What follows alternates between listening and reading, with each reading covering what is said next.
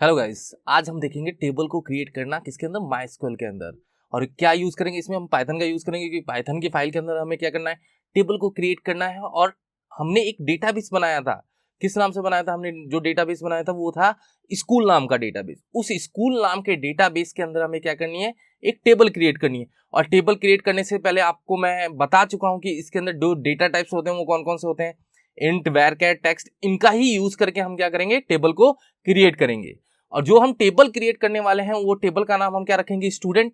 Student table के अंदर हम कुछ फील्ड्स लेंगे। फील्ड्स को कैसे आप लिखते हो, कैसे क्रिएट करते हो, कैसे आप उसका डेटा टाइप डिफाइन करते हो, ये पूरा हम आज प्रैक्टिकली करके देखेंगे, जिससे आपको आइडिया हो जाएगा कि टेबल कैसे क्रिएट होती है और आप उसको कैसे देख पाएंगे। तो सबसे पहले मैं आपको बता देता हूं कि सबसे पहला क्या काम रहेगा कि आप क्या करोगे, ब्राउजर पे लोकल होस्ट स्लैश php माई एडमिन ओपन कर दोगे। क्यों ओपन कर दोगे? क्योंकि हम जो कर रहे हैं वो क्या कर रहे हैं, जैम्प को इंस्टॉल करके उसके माइस्क्वेल के अंदर हम इसको क्या कर रहे हैं, स्टोर कर रहे हैं। एक बार मैं पहले लोकल होस्ट php माई एडमिन ओपन कर देता हूं। देखिए, सबसे पहले आपको जैम्प ऑन कर लेना है। जैम्प जहां इंस्टॉल्ड है वहीं से हम क्या कर देंगे, ऑन ई ड्राइव में ये जैम्प है, इसके अंदर से इसका कंट्रोल पैनल हम यहां से क्या कर देंगे, ओपन कर देंगे। कंट्रोल पैनल ओपन इसलिए करते हैं, देखिए यहाँ पे अपाचे और माइस्क्वेल स्टार्ट करना पड़ेगा। देन हम क्या कर सकते हैं, डेटाबेस देखना भी तो है कि हमारा मतलब डेटाबेस के अंदर जो टेबल है वो क्रिएट हुई है कि नहीं हुई है। क्योंकि सारा काम हम कमांड पे ही देखेंगे, मगर फर्स्ट टाइम आप पहले आप देख तो लें कि जो आपकी टेबल क्रिएट हुई है वो वहां पे गई है कि नहीं गई है। तो हम क्या करेंगे, ब्राउजर ओपन करेंगे। ब्राउजर ओपन करने के बाद हम यहाँ पे लिखेंगे लोकल होस्ट php माई एडमिन। जैसे ही हम लिखेंगे आप देखेंगे यहाँ पे लेफ्ट साइड में सारे डेटाबेस के नाम आ रहे हैं। तो हमारा जो डेटाबेस है वो क्या है, स्कूल। देखिए जो डेटाबेस है वो क्या है, स्कूल। इस स्कूल डेटाबेस के अंदर हम क्या करेंगे, टेबल क्रिएट करेंगे। अब हम टेबल क्रिएट करने वाला क्या करेंगे, सिंटैक्स लिखेंगे, जिससे आपको आइडिया हो जाएगा कि टेबल कैसे क्रिएट होती है। अब हम स्टार्ट करते हैं टेबल को क्रिएट करना। देखिए, अब ऑलरेडी मैं आपको बता चुका हूं कि हम क्या करते हैं, एक लाइब्रेरी यूज करते हैं py-mysql। तो लाइब्रेरी को इंपोर्ट कराया है py-mysql एज एमक्यू। एमक्यू उसका क्या बनाया है, एलियास बनाया है कि उसके नाम को मैंने छोटा कर दिया। फिर एमक्यू डॉट कनेक्ट करके यहाँ पे हमने कनेक्शन कर दिया। ये मैंने पहले से लिख रखा है क्योंकि ऑलरेडी ये मैं आपको बता चुका हूं जब हमने क्या किया था, डेटाबेस को क्रिएट किया था। कि डेटाबेस क्रिएट करते समय हमें कितने आर्गुमेंट पास किए थे, हमने 3 आर्गुमेंट पास किए थे। बस इस समय कनेक्ट के अंदर कितने आर्गुमेंट पास होंगे, 4। क्योंकि आप उस समय डेटाबेस को क्रिएट कर रहे थे। अब आपका डेटाबेस क्रिएट हो चुका है तो आप डेटाबेस के नाम को भी इसके साथ क्या करेंगे, इंप्लीमेंट करेंगे। पहला होस्ट है, फिर यूजर है, पासवर्ड है, डेटाबेस है। अब हम यहां पे क्या करते हैं, सबसे पहले कर्सर को स्टार्ट करते हैं, क्योंकि कर्सर जब तक आपका स्टार्ट नहीं होगा तब तक मैं क्वेरी को लिख नहीं सकता। तो हम कर्सर को स्टार्ट करते हैं। देखिए, कर्सर को स्टार्ट करने के लिए हम क्या करेंगे, एक ऑब्जेक्ट बना लेते हैं माइस्क्वेल कर्सर नाम का। माइस्क्वेल सी नाम का मैंने ले लिया। और इसमें हमें क्या करना है, जो हमने कनेक्ट किया है उसको जिस वेरिएबल में लिया है उस वेरिएबल का नाम डॉट कर्सर फंक्शन। अब आप यहां पे क्या कर सकते हैं, क्वेरीज को लिख सकते हैं कि क्वेरी आप इसमें आप इंप्लीमेंट कर सकते हैं। अब हम टेबल क्रिएट करने वाले हैं। टेबल क्रिएट करते समय मैं आपको बता देता हूं, यहाँ पे कमेंट में लिखा है कि हमारा जो टेबल का नाम होगा वो स्टूडेंट होगा। और जो फील्ड लेनी है वो है student ID, student name, student class और स्टूडेंट ईमेल। अब हम टेबल क्रिएट करने वाला क्या लिखते हैं, सिंटैक्स लिखते हैं कि टेबल क्रिएट कैसे होगी। तो टेबल क्रिएट करने के लिए हम क्या करते हैं, यहाँ पे सबसे पहले टेबल की क्रिएट करने की क्वेरी को लिखते हैं। फिर क्वेरी लिखने के बाद हम उसको क्या कर देंगे, एग्जीक्यूट कर देंगे। तो क्वेरी लिखने का सिंटैक्स क्या होगा, मैं यहाँ पे एक टीसी नाम का वेरिएबल ले लेता हूं और क्वेरी को लिखता हूं। देखो क्वेरी क्या होती है, यहाँ पे बता देता हूं, क्रिएट। जो ये क्रिएट वर्ड है ये फिक्स है कि क्रिएट रखना ही है। क्रिएट टेबल, टेबल कीवर्ड भी फिक्स है। अब आप यहां पे क्या देंगे, टेबल का नाम। जो टेबल का नाम हमें क्या बनाना है, स्टूडेंट। तो मैंने यहां पे टेबल का नाम क्या दे दिया, स्टूडेंट। अगर आपको और कोई दूसरी टेबल क्रिएट करनी है तो क्रिएट टेबल, दूसरी टेबल का नाम, जैसे पेरेंट हो गया, जैसे आपका रिकॉर्ड नाम का टेबल, कुछ भी आपको बनानी है यहां पे दे सकते हैं। अब हम यहां पे क्या करेंगे, फील्ड को बनाएंगे। Create table, table name. Field को बनाने के लिए आपको यहां पे राउंड ब्रैकेट को लेना है। और राउंड ब्रैकेट के अंदर आप पूरी जो भी होगी फील्ड्स की इंफॉर्मेशन को क्या करेंगे, यहां पे सेट करेंगे। तो सबसे पहली जो फील्ड है वो हमारी क्या है, स्टूडेंट आईडी। देखिए st_id। अब st_ जो आईडी है ये क्या होगी, आपकी इंटीजर होगी। तो इंटीजर के लिए आपको लेना है इंट। क्योंकि मैं जो st_id जो ली है ये इंटीजर इसलिए ली है कि यहाँ पे हमें क्या करना है, नंबर भेजना है।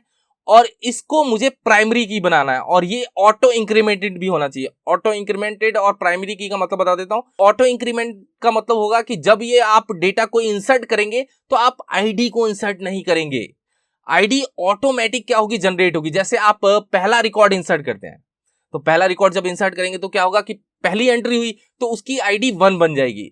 फिर दूसरा रिकॉर्ड करेंगे तो उसकी आईडी क्या बन जाएगी, 2 बन जाएगी। और प्राइमरी की क्या होता है कि मान लिया जाए कि मैंने कोई बीच में से रो डिलीट कर दी, तो उस रो को मैं दोबारा से जनरेट नहीं कर सकता, मतलब उस आईडी का डेटा मैं दोबारा से जनरेट नहीं कर सकता। जैसे वन जो भी आपकी स्टूडेंट आई थी उस रो को आपने क्या कर दिया, डिलीट कर दिया, तो 1 आपके दोबारा जनरेट नहीं हो सकता। तो प्राइमरी की क्या होती है, यूनिक होती है। अब हम यहाँ पे क्रिएट कर देखें, इंट लिख लिया, अब यहाँ पे आप लिखोगे प्राइमरी की।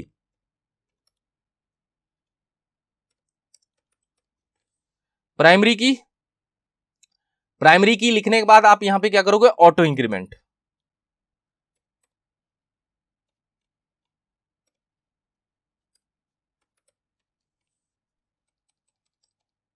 ऑटो इंक्रीमेंट देखिए, st_id तो फील्ड का नाम है, इंट उसका डेटा टाइप है, प्राइमरी की आपने सेट किया कि यूनिक है, ऑटो इंक्रीमेंट मतलब ऑटो जनरेट होगी। फिर कॉमा करके दूसरी फील्ड का नाम हम क्या यहां पे लिखेंगे, स्टूडेंट नेम। स्टूडेंट नेम हम क्या लेंगे, क्योंकि आपका कोई नंबर तो होगा नहीं, स्टूडेंट नेम क्या होता है, टेक्स्ट होता है।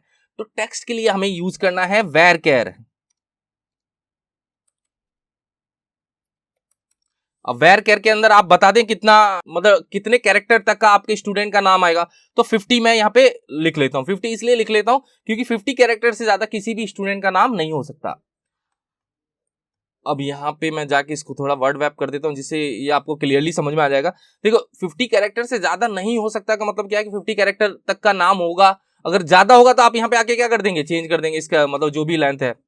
फिर कॉमा करके आप यहाँ पे ले लेंगे स्टूडेंट की क्लास। देखो स्टूडेंट की क्लास भी आपकी क्या होगी, varchar होगी, क्योंकि जैसे 12th लिख दिया, 10th लिख दिया, तो ये आप यहाँ पे लिखेंगे। तो इसके लिए भी मैंने क्या ले लिया, varchar ले लिया। varchar में 10 कैरेक्टर तक का आ जाएगा जो भी होगा डेटा। फिर कॉमा करके हमने यहाँ पे ले लिया स्टूडेंट ईमेल। अब स्टूडेंट ईमेल भी आपको क्या करना है, varchar। जैसे abc@gmail.com, pradeep@gmail.com, python@gmail.com, तो वो varchar ही है। उसमें स्पेशल कैरेक्टर भी आएगा, डॉट भी आएगा। तो वो अगर कोई भी स्पेशल कैरेक्टर या कैरेक्टर आता है तो आप यहाँ पे क्या यूज करेंगे, varchar का। varchar यहाँ पे भी मैंने ले लिया, 50 कैरेक्टर तक का आपका क्या हो सकता है, ईमेल आईडी हो सकती है। तो ये हमने क्वेरी लिखी है, क्रिएट टेबल। टेबल का नाम क्या है, स्टूडेंट। फिर स्टूडेंट आईडी को सेट किया, इंट प्राइमरी की सेट की, फिर ऑटो इंक्रीमेंट, फिर स्टूडेंट नेम को सेट किया, क्लास को सेट किया, फिर ईमेल को सेट किया। अब हम इस क्वेरी को क्या करेंगे, एग्जीक्यूट कराएंगे। जब तक आप क्वेरी को एग्जीक्यूट नहीं कराएंगे तब तक ये एक स्ट्रिंग है। स्ट्रिंग कब, जैसे ही वो एग्जीक्यूट फंक्शन के अंदर जाएगी तब वो उसको क्या करेगी, टेबल को क्रिएट कर देगी। मगर एग्जीक्यूट किसके साथ काम कर सकता है, काम करता है वो आपके जो कर्सर जो आपने बनाया उसके साथ काम करेगा। तो हम यहाँ पे एग्जीक्यूट करते हैं। एग्जीक्यूट करने के लिए हमने जो वेरिएबल लिया है कर्सर वाला, mysql c.execute।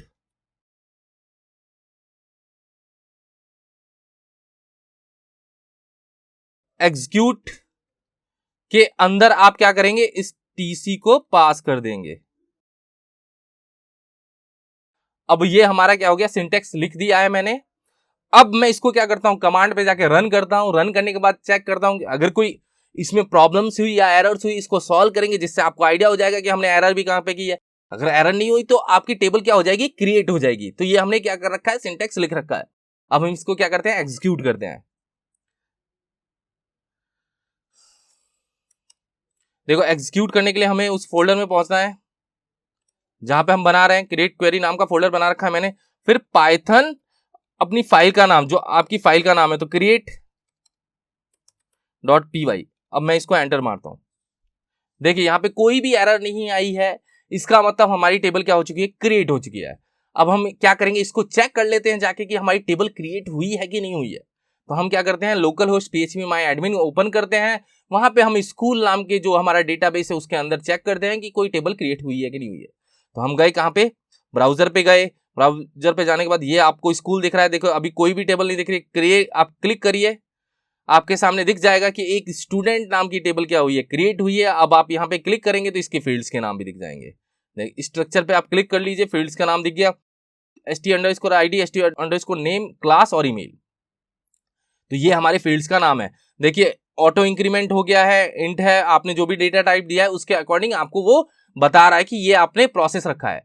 अब अगर जाके आपने उस फाइल को रन किया तो अब वो एरर दे देगा। क्यों एरर दे देगा? क्योंकि अब आपकी टेबल क्या हो चुकी है, क्रिएट हो चुकी है। तो एक बार मैं देखो आपको फिर बता देता हूं, फाइल को रन करके